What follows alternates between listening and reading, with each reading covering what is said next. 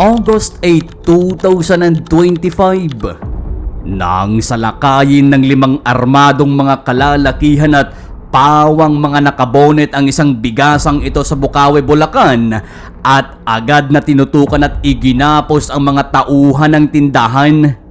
Sa video na kuha ng CCTV ay makikitang walang pag-alinlangang nililimas ng mga ito ang mga pera at mga mahahalagang gamit sa loob. Wala namang nagawa ang mga empleyado kundi ang panoorin na lamang ang ginagawang panlilimas ng mga ito dahil sa takot na baka saktan pa sila ng mga ito. Lumipas lamang ang ilang araw ay muling sumalakay ang grupo gamit ang isang gray na pickup at naging target nila ang isa namang bodega ng soft drink sa Santa Maria, Bulacan. Gaya ng dati, armado pa ring pinasok ng mga ito ang bodega at iginapos din ang mga empleyado. Nilimas ang lahat ng pwede nilang makuha at tsaka sila umalis na parang walang nangyari. Subalit sa kuha ng CCTV mula sa kanilang huling pagsalakay, habang tumatakbo ang video footage, ay may isang linya ng video doon kung saan nakitang bumaba ang suot na face mask ng isa sa mga suspect. Dito ay agad kumuha ng screenshot ang mga otoridad at itinugma ng mga investigador sa kanilang police internal database.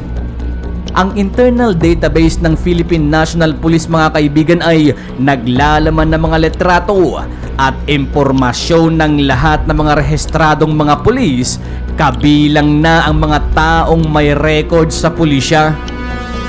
Dito ay nagulat ang mga kapulisan nang tumugma ang larawang kuha ng CCTV sa mukha ng isa ding alagad din pala ng batas na kinilala sa pangalan bilang si Police Staff Sergeant Miguel Andrew Oñate.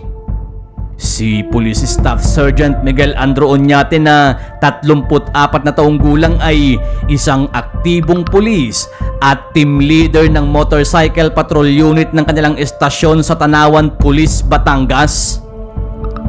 Ayon sa pag-iimbestiga ay wala naman siyang ni anumang masamang record na nagawa, pero lingid sa kanilang kaalaman na tuwing day off pala niya, bukod sa pagiging team leader ng kanilang patrol unit ay team leader din pala siya ng isang grupo ng mga kawatan na tinatawag na Gapos Gang.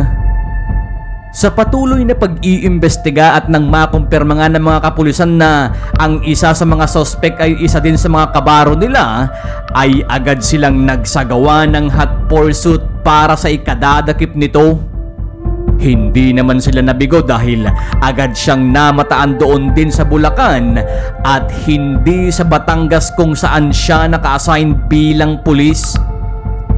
Agad itong inaresto at batay sa mga ulat sa media at sa mga otoridad ay na-recover ng mga ito mula kay Oñate ang isang caliber .45 pistol, isang replikang pistol din, magazine at mga bala, bolt cutter, ilang mga cellphone, 2 plaka ng sasakyan, cash at 59 na cable ties na siyang ginagamit nila para igapos ang kanilang mga nabibiktima. Sa pagkakadakip nito ay positibo siyang kinilala ng mga taong nabiktima nila, kabilang na ang isang lalaking tinangayan nila ng baril. Ayon kay Police Brigadier General Ponce Piñones, sa revelation niya kanina, meron na silang 3 insidente. Yung insidente sa Angat, Bulacan, yung insidente sa Bukawi, Bulacan, and yung nga kahapon, yung insidente sa Santa Maria. Kinumpirma din ng Bulacan Provincial Police Office na si Miguel Oñate, at ayon na din daw sa kanyang revelasyon ay siya ang mismong leader ng grupo. Siya ang mismong rumirenta ng mga sasakyan sa Laguna na siyang ginagamit ng grupo sa pang-hold up sa Bulacan, at siya din ang taga-tago ng gamit ng grupo na ginagamit sa kanilang panloloob. Dito wala tayong sinasanto. Kabaro man or sino man, basta involved sa krimen, kailangan natin pagtulong-tulungan. Tuloy-tuloy yung ating follow-up. Meron na rin siya mga revelation kung sino yung iba pang kasama. Ang kaso ni Miguel Andrew Oñate ay isang malinaw na halimbawa ng maling paggamit ng kapangyarihan. Sa mata ng publiko, siya ay itinuturing na lisensyadong kriminal.